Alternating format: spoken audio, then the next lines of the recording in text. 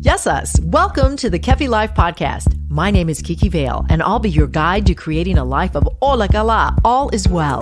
Together, we'll get back to the basics, and we'll explore fresh new ways to flourish in mind, body, and soul the Greek way. You can look forward to interviews, stories, essential self-care strategies, recipes, and actionable takeaway Ola Kala moments. This is going to be so much fun. Let's get going. Πάμε! Our Lexi for today is Sykoti, or liver. Without a working Sykoti, a human cannot live. Medical News recommends these top superfoods to detox and maintain a healthy liver: turmeric, garlic, walnuts, and olive oil. If you're considering the olive oil, please check out Kefi Life Extra Virgin Olive Oil from the Peloponnese, Greece, and found at kefilife.shop. Sykoti, keep yours clean with the right foods.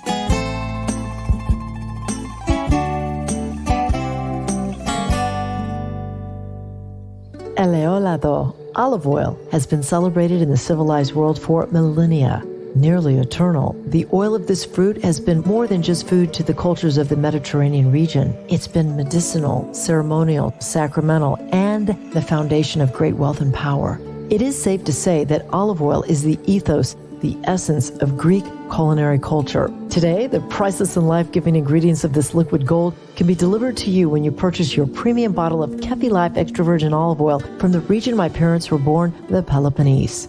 The coveted Koroneiki olive is extensively cultivated here in the southern part of Greece, which offers the unique microclimate needed to grow a fruit netting the utmost nutrient value for extra virgin olive oil. Kefi Life Extra Virgin Olive Oil, a boundless amount of value, high in antioxidants with anti-inflammatory properties, linked to good mood and improved mental health. Get your bottle of wellness today when you visit kefilife.shop. It's the Kefi Life Podcast, proud to have hit 5,000 plus downloads, with followers around the world seeking vitality, wellness, and Kefi. Let's give it to you today. I'm your hostess, Kiki Vale, joined by Mary Bucheleres. Mary and I had the fortuitous opportunity to see one another at a recent farmer's market, and indeed, like-minded people think alike, and Mary and I are similar thinking with food, preventing disease, and feeling great. We both want to share this with the world. So Mary, I'm very happy that I bumped into you last month. So am I. It was really good to see you. And so you're more than just like selecting fruits and vegetables. You're a consultant of sorts, helping others live a balanced life through food. And I'd love for the group here that is listening to get to know you. So tell us a little bit about yourself. Well, I grew up in the suburbs of Detroit in Michigan. I have 4 sisters and a brother, so we had a really big family. And my mom and dad were both from big families. They were first generation born in America, so we ate a little bit differently than everybody else. Very Mediterranean, very Middle Eastern, very much food that our friends and classmates would be like, "Ooh, what are you eating?" And everything was homemade. Everything was homemade. There was not a Chips Ahoy in our house. It was usually baklava, or my mom would sometimes make, chocolate chip cookies, but she'd make a 4X batch of them because we had so many kids, and then all of our friends loved my mom's cooking. And then I found myself wondering, when I moved to the suburbs of Chicago, my kids would request just this crazy processed food because all the other kids around them were eating it. And it drove me nuts. And then I would take them to the grocery store and we'd look at the ingredients, and then I'd say, write it down. And then I'd look it up, and you'd be horrified at all the chemicals and everything like that. So I just wanted to connect family food, love, and just great nutrition all in one. So I just did it within my family, and then people would always ask me about recipes and this and that, and where did you get this, and why don't you eat this? And so I just started a little business, I guess, and it's called Maria Sofia Naturally Homemade. And I really just try to connect people to the power that their own body has by what you put into it. And I'm not saying go crazy and only drink green juice and eat protein, not eat protein. You can do it in a pretty balanced way, and you can still go out to dinner and be social, but you just know the right choices to make. And it's interesting because as a certified, I graduated in a program called Integrative Nutrition. Yeah. And if you're familiar with it, they talk to you or teach you about the 80-20 rule. So if you 80% of the time can eat food that fuels you and is nutritious, then you're pretty much winning at the game of health. So talk to us about, like, when I saw you, now we both live in the same western suburb of Chicago, and I saw you at the farmer's market. It was really invigorating and rejuvenating because I saw you selecting produce. And like, wow, you only had like 2 or 3 pieces. And I said, Mary, what are you doing? And you were preparing a meal for a family. Yes. So tell me that aspect of what you do. Well, a lot of times what I do is people, if I cater something for someone for a party, or I'll do meals for people, and they'll say, well, can you put out a 2-week menu? Or I'm like, no, because what if I go to the grocery store, or I go to the market, or wherever I'm going, and it's just awful. The asparagus are no good. And then I have to change gears. So I just usually buy in a European style, as my mother used to say. It used to drive her nuts that I would go to a market every single day, but we have the luxury that things are pretty close here. It's not like you're driving or walking that far away. And just buy what looks good. So I can't even remember, what was I buying? Acorn squash? I can't remember what it was. Eggplant. I was buying eggplant. Right. So I was buying eggplant, and there's so many things to do with eggplant. So I just, switched gears and, sent a text to whoever I was cooking for that night and said, do you guys want to do this instead of that, or whatever? And it's, and I try to keep things really simple. I don't use 1,000 different ingredients. And I really try to use only things that will keep the inflammation within your body down, because we all are fighting something. We're all fighting a virus, a toxin, a predisposed position of our cells in our body that we inherited from our forefathers. And if you can keep the inflammation down, you really can get more control over your health, from your blood to your cells to your everyday functioning of your life. And seasonal produce really has a lot to do with keeping that inflammation down and selecting the correct produce, which I do want to ask you about seasonal produce and how you select it. But firstly, I want to mention, because I'm so intrigued by this, that the different types of eggplant will offer different taste to foods. Like, for example, biryani, which is a Mediterranean vegetable dish. It's like a ratatouille. Yes. Chinese eggplant yes, is sweeter and tastes better than a regular big fat one. I didn't know that until recently. Oh, the lavender skin is so much better. And then the seed quality within inside is so much better also. And it doesn't, the big fat dark purple eggplant that everyone's used to, it gives off so much moisture and sometimes can wreck the recipe. And then a lot of times the skin is so tough. But the Chinese eggplant, I love. I have 6 of them in my refrigerator right now, getting to cook something tomorrow with those. But those are really, really good. They're really hearty, and eggplant can replace the meat in your meal. Like the other day I made on Instagram, you can see my post, I did eggplant bacon, and it was delicious. Seriously? Okay, really quickly, what is your Instagram? My Instagram is @MariaSofia _BUCH. And that's MariaSofia _BUCH. Fantastic. Okay, so let's talk now about seasonal produce, because a lot of times we'll go to the store, some of us who were novices. I don't consider myself a novice, but I don't consider myself an expert either. But if I go to the store, like right now, we're in the month of October, and I know that there are certain fruits and vegetables, like fruits. I know berries are really in season right now. I'm not really familiar with which vegetables are, but they're just going to taste better if they're in season. Oh, yes. I mean, they'll be, because, if you're getting an asparagus now, that thing's going to be really tough, and you're going to, it's not going to be that great. And people, I think we need to go back to when we were little kids. Like I just posted, it's the most wonderful time of the year on Instagram, and a story today about pomegranates.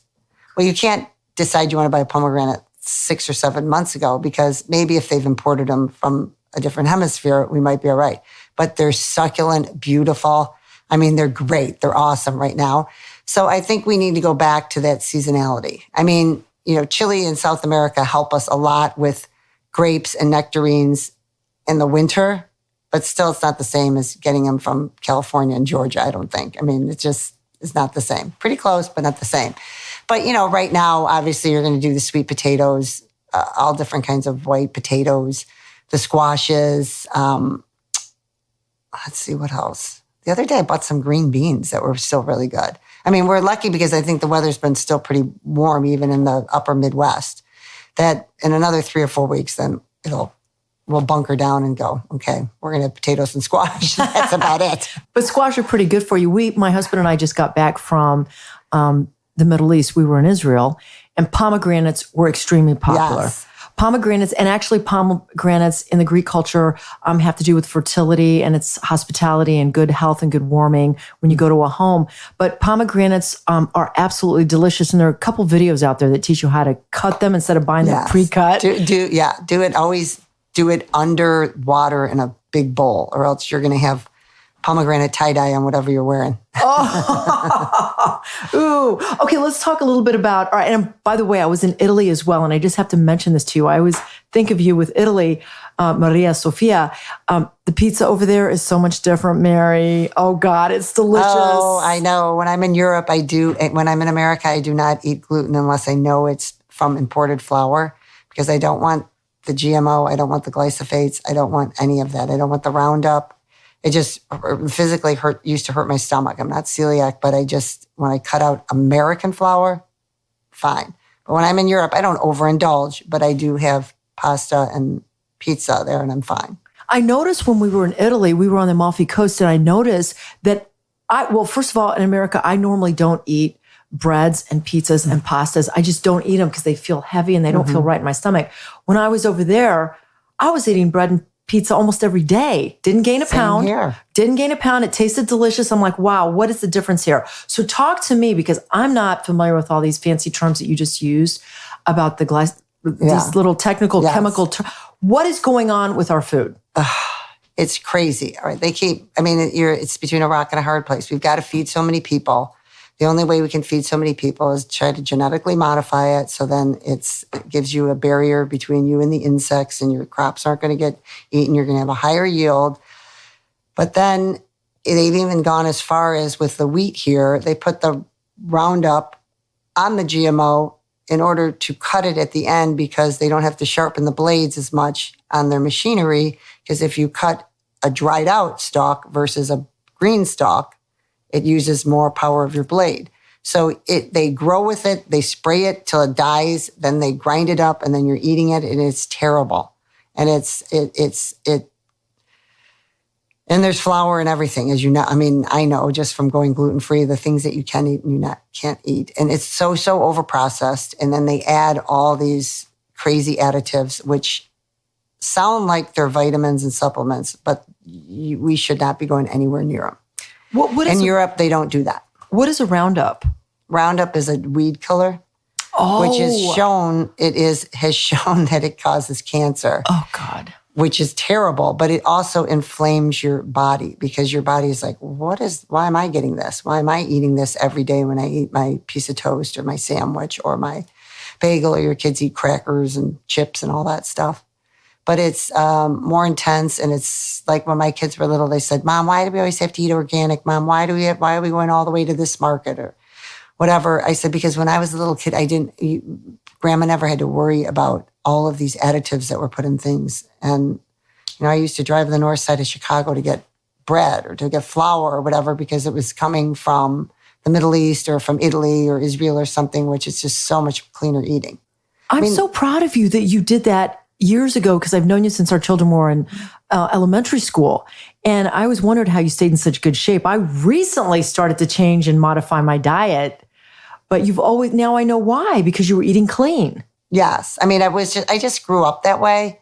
And when I didn't eat clean, and when I went to college, I was like 15, 20 pounds heavier. I was so tired. I didn't have the energy, and I have so much energy now. And it works for my body. Everybody is different. Mm-hmm. And it just really works for me. And it works for my kids. It works for my family. And I let everybody do what they want to do, but a lot of them like the way I cook. I'm sure it's delicious. I need to have you cater a meal for us. So Mary, when I saw you at the farmer's market, I asked you what you were doing, and you told me you were preparing a meal for somebody, and we started to talk about disease and food. And that's really the primary reason I wanted to invite you here, is to talk about foods that someone should avoid to not get cancer, and liquids that we shouldn't drink, et cetera. Let's get into that conversation of food and preventing disease. Are there foods that we should avoid? And do you believe in this whole Hippocrates said, let food be your medicine and medicine be your food? I totally agree with that. All you have to do is everything you pick up that you even think might be healthy. If you look at the label and then you sometimes even just do it 3 or 4 items and just click pictures, even if you're not buying it, and then go home and Google each item that they put in something that's supposed to be healthy. You'll be really horrified at the stuff that's going in the body. And everyone says, oh, it's only 1% of the ketchup, or it's only this, that, but then it's 1% of the ketchup, and then the meat's got this in it and everything, and you all add it all up, and you keep doing it day after day after day after day, and you're like, wait, if my body can't rid myself of the citric acid and the sodium chloride and all these GMO products, if I'm not eating to rid my body of that, then where is it all going? Well, it's going into your liver, it's going into your kidney, it's going into your blood, it's going into your arteries, it's adding to your autoimmune diseases that so many people have. And it's giving you brain fog. That's a huge one, especially for women. Once you hit 40, 45, all of a sudden you're like, oh my God, I can't believe I forgot that. So you can control a lot. I am not a doctor. I'm not a nutritionist. This is just by trial and error and listening to people. And every day I probably read an hour and a half, 2 hours of different reports. I listen to a lot of stuff that comes out of Australia, Israel, Europe, obviously, China, Japan. I'm really into the blue zone and listening to how the people live so long in all, areas in Japan, areas in Italy, areas in Greece. A lot of it has to do with their socialization with people, but a lot of it has to do with walking, talking, and eating. Pretty basic. And, but America has put so many terrible things. There's so many oils that are so inflammatory. The only oils that are not inflammatory are olive oil, which Kiki knows. Cafe Life Extra Virgin Olive Oil. Check it out, cafelife.shop. and she uses the best olives in there, and it's great for your body. Avocado oil, if you want to cook at a higher heat. And then if you're baking, you can use coconut oil. But you've got to use them all in moderation. A bottle of olive oil, how Americans use it versus how Europeans use it or Middle Eastern people use it, we put way too much oil on everything. That's why if you have a good olive oil, you need a little bit. The flavor's there, and it goes a long way. But what America has done with sunflower, safflower oil, corn oil, canola oil, those are so inflammatory on your body. It's terrible for your organs, for your blood, for the hydration of this in the cellular level in your body. It's terrible. It clogs up your liver. And when your liver is clogged up, nothing's going to go through. You're not going to heal any of your problems you have from your brain down to your toes. So if you use the clean oils, it really will make a big difference. And in moderation. And then plenty of fruits, vegetables, all that kind of stuff. And we hear that, and I'm hearing this over and over, and it's so basic. In Greek, we call it nero. Nero is water, agua. Yes. Water is underestimated. And actually, I just started to do this. You're supposed to have at least 10 to 11 ounces of water first thing when you wake up in the morning. I squeeze a lemon in it, lukewarm water, and drink that every day before I even brush my teeth. And that will get your liver cleansed out. It'll kick in your kidneys, your pancreas. It'll get all your organs what they want to do. It's almost like giving them a bath and getting them ready for the day. And then be very light in, if any, oils or proteins before noon. I eat only fruits and maybe a little bit of vegetables till about noon. Eat a green juice, have a smoothie, have an apple. Why is that? Because then you're going to get your liver really kicked in. And if your liver's in good shape, it makes everything better. Your whites of your eyes, your teeth, your bones, the hydration in your cells, the energy level you have, your sleeping habits. It gets your rhythm in your body. It eases you in. Let's talk about the significance. We have about 4 minutes left. This is going fast. I want to hit some bullet points here because you are an expert of sorts with all the reading you do, the experience of cooking and all that. The extreme significance of greens. Greens are great. It will take away, number one, the first thing you'll notice if you constantly are eating greens or you drink a green juice. I drink celery juice almost every morning. Celery is not a vegetable, it's an herb. So it's very medicinal. Hydrates your cells, takes away cravings. When you put more greens in your body, you will have less aches and pains because the inflammation will go down. And it will, especially in women, it will take away a lot of cravings. You won't at 3:00 in the afternoon want to have a cookie. You won't want to have a piece of chocolate after you eat dinner. You won't, your temptations will not be there because you're giving your body what it needs. You're giving the nutrition, you're giving it to your blood, your brain, everything, your heart. These are things that I eat greens, but I do it because I want the fiber, and I just recently learned that, and this is silly, but some vegetables have protein in them. Oh yeah, because I'll eat like a little bit of chicken, a little bit of turkey or something. If I go out to dinner or something or some fish, I go days and days without eating any animal protein. And I still have enough protein in me. The myth that people need 30, 40, 50, 60 grams of protein a day is a myth. There's no other country that does that. There's no blue zone where people live to 100 and some that would ever even think about that. Speaking of the blue zones, I was in Ikaria. I went there for a week. Oh, wow. Let me tell you, Mary, it is beautiful. It's rugged. It's natural. They don't wear a watch. It's classic. The food, they use a lot of fennel. Yes. They use a lot of fennel. For your gut health. For your gut health. They love honey. Their honey, I forget the name of it now. I'm just having a moment. I'm having fog. But they have this special honey. And it's just tremendous. But what was I going to tell you about Ikaria?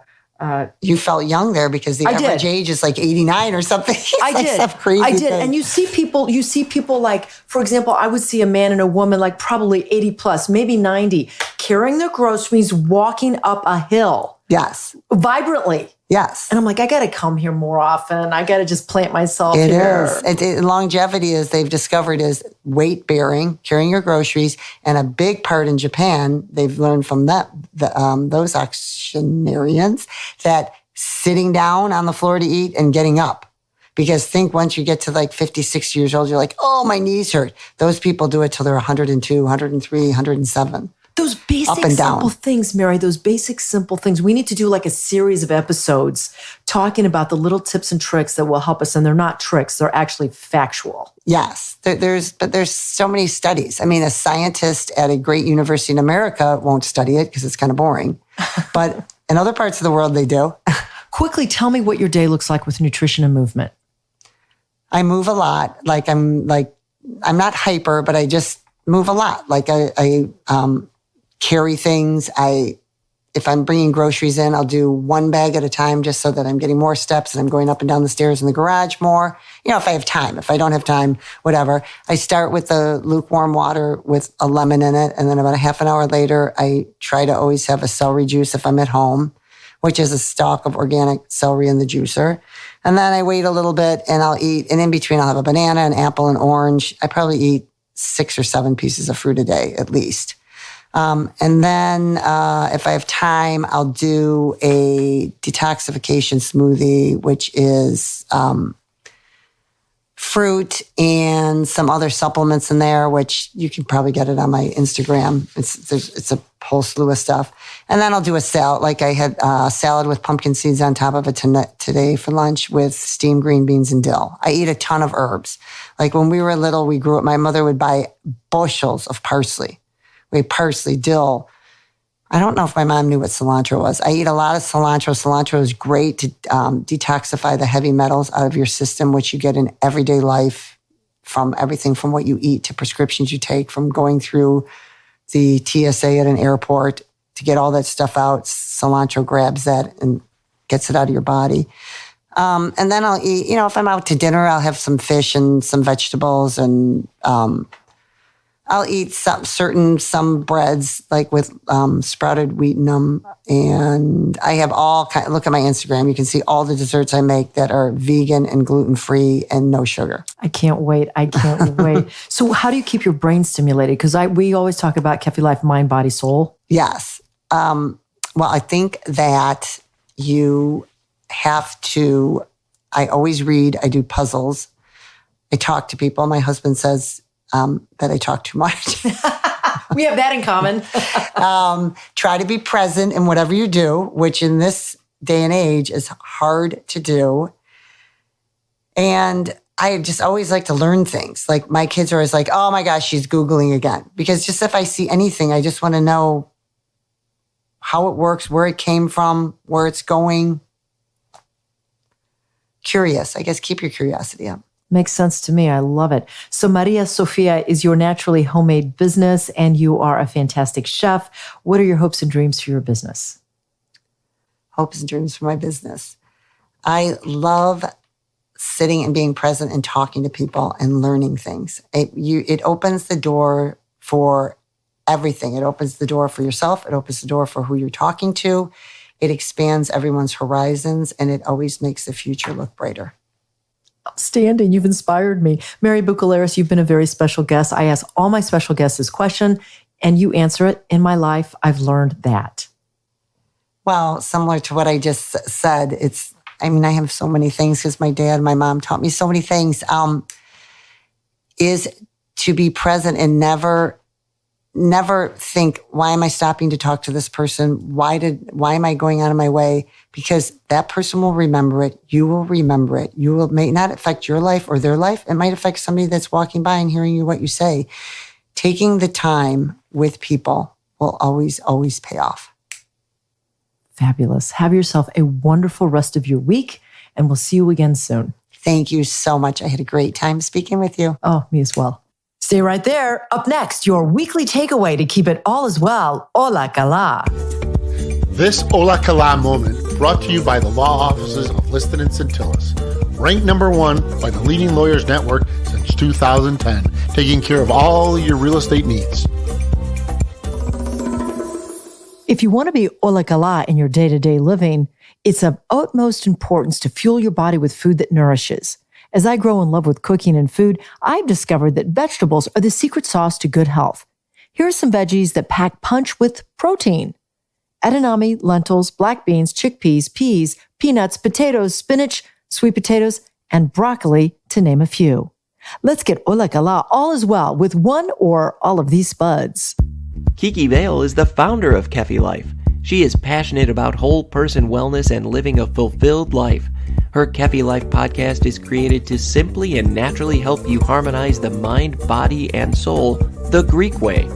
Visit KefiLife.com, at KefiLife365 on Instagram, and check out Kiki Vale on LinkedIn and on Twitter. Join us again next time for more positive energy and inspiration on Kefi Life.